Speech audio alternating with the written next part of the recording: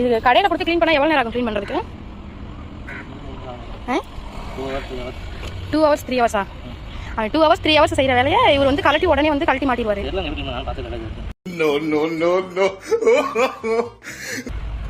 கடையில் கொண்டு போய் கொடுத்தா அவங்களே ஒரு 100 ரூபாய்க்கு 200 ரூபாய்க்கு வேலையை முடிச்சிருவாங்க. நீ வந்து ஒரேடியாக 2000 3000க்கு வேலை வச்சிருவியாட்டுக்கு.